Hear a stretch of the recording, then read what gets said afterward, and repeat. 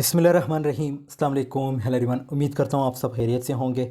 आज जो हमारा टॉपिक है that's from translation studies, translation and interpretation, difference between translation and interpretation.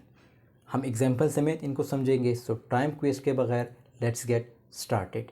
बाकी अगर आप ट्रांसलेशन स्टडीज़ पढ़ रहे हैं, ये सब्जेक्ट पढ़ रहे हैं, तो इस पे ऑलरेडी मेरी काफ़ी वीडियोस बनी है, पूरा एक प्लेलिस्ट है चैनल पे। सो उसमें आप देख सकते हैं जो इंपॉर्टेंट टॉपिक्स आपको लगते हैं, जो आपको पढ़ाए जाते हैं, उनकी वीडियोस आप देख सकते हैं उस प्लेलिस्ट से। Translation and interpretation are both different aspects of translation studies, but they are distinct process with different aims and techniques. कहते हैं इनके डिफरेंट टेक्निक्स होते हैं, इनके डिफरेंट एम्स हैं, और दोनों जो है बिल्कुल मुख्तलिफ हैं एक दूसरे से। Translation is the process of rendering written और spoken content from one language to another. कहता है कि ट्रांसलेशन क्या है। ट्रांसलेशन हम उन चीज़ों की करते हैं, कोई रिटन टेक्स्ट हो या कोई स्पोकन टेक्स्ट हो, उसको किसी और लैंग्वेज में कन्वर्ट करना या ट्रांसलेट करना, उसको हम क्या कहते हैं? ट्रांसलेशन कहते हैं या ट्रांसलेटर कहते हैं। It involves producing a written text that accurately conveys the meaning. Means एक रिटन टेक्स्ट है जो आपके सामने लिखा गया है और आपको कहा जाता है कि भाई आपने इसको ट्रांसलेट करना है। तो ये किस में आता है? ट्रांसलेशन में आता है। आपने उनके टोन को समझना है, स्टाइल को समझना है, किसके ओरिजिनल टेक्स्ट भी, यहाँ पे देखो ना वर्ड यूज़ किया गया है, while taking it into account the linguistic and cultural differences between the source and target languages. मतलब ये कि आपने लैंग्विस्टिक की चीज़ों को, यानी उनके कल्चर जो उस टेक्स्ट में यूज़ हुआ है, जो अल्फाज यूज़ हुए, उन सबको एक्यूरेटली समझना है। फिर आप जाके अपने जो टारगेट लैंग्वेज है, यानी जो आपने टारगेट रखा है, अगर सपोज़ आपने उर्दू लैंग्वेज रखा है टारगेट, फिर आप उसको ट्रांसलेट कर सकते हैं। लेकिन उससे पहले आपने क्या क्या समझना है? आपने उनके कल्चर की चीज़ों को समझना है, लैंग्विस्टिक्स चीज़ों को समझना है, और साथ में टोन को समझना है, स्टाइल को समझना है, मीनिंग को एक्यूरेटली समझना है। फिर जाके आप उसको अपने टारगेट लैंग्वेज में ट्रांसलेट कर सकते हो। और इम्पॉर्टेंट चीज़ क्या है? ये रिटन या स्पोकन टेक्स्ट होता है। Translation often involves extensive research and analysis of the source text in order to ensure accuracy and fidelity to the original।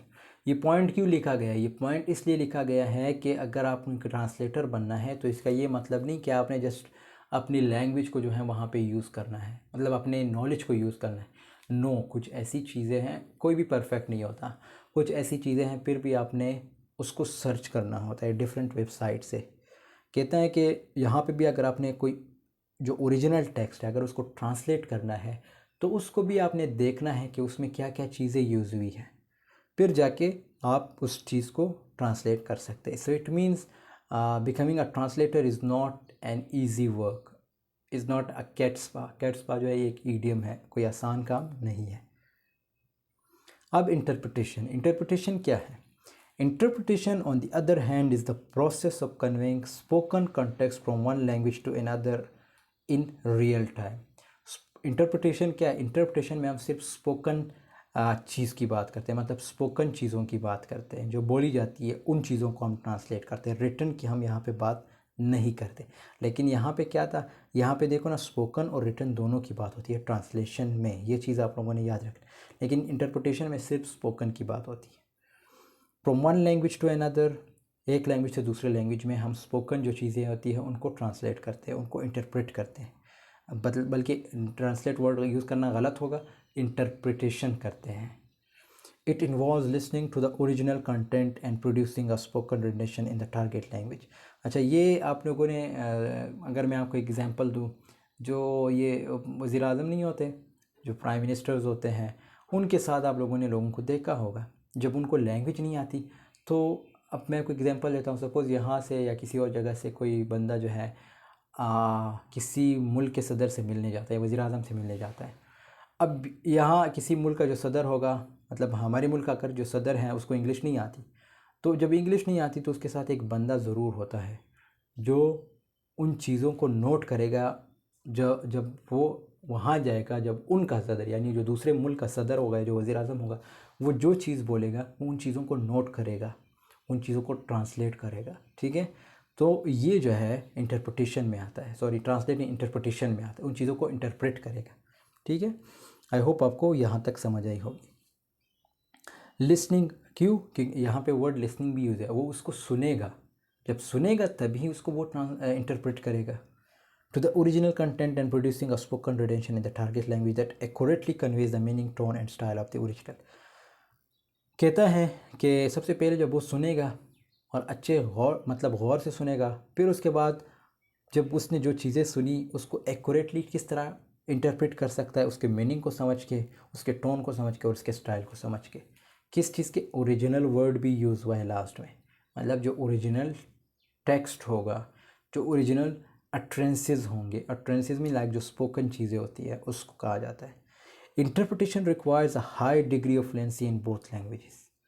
ये मैं कहता हूँ ट्रांसलेटर से ज़्यादा जो है इंटरप्रेटर जो है बनना ये बहुत मुश्किल वर्क है। क्यों? कहता है यहाँ पे देखो ना, यहाँ पे इसने भी क्लियर बता दिया कि इसके लिए एक हाई डिग्री यानी फ्लुएंसी होनी चाहिए, आपको जो है लैंग्वेजेस में जो है लैंग्वेजेस पे ग्रिप होना चाहिए, as well as that ability to think and speak quickly and accurately under pressure.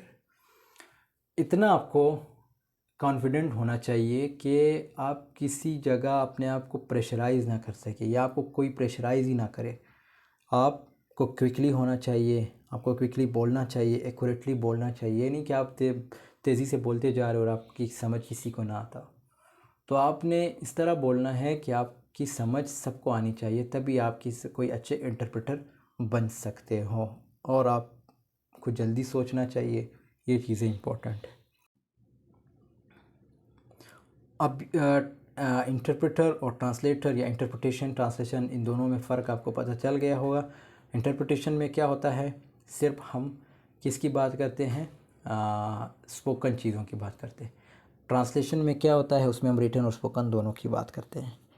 Both translation and interpretation require a deep understanding of the linguistic and cultural differences between the source and target languages.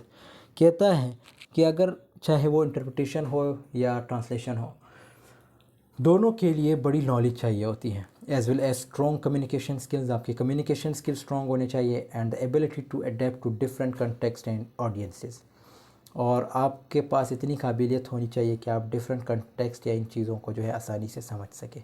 However, the techniques and tools used in each process are different and the demands of each can vary depending on the type of content being translated or something else।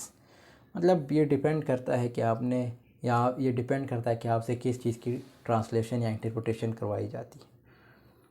सो दोस्तों, यहाँ पे हमारी video की ending होती है। I hope आपको ये video पसंद आई होगी। पसंद आई है तो ज़रूर लाइक कमेंट शेयर कीजिएगा। मिलते हैं नेक्स्ट वीडियो में, तब तक के लिए अल्लाह हाफ़िज़, टेक केयर ऑफ़ योरसेल्फ।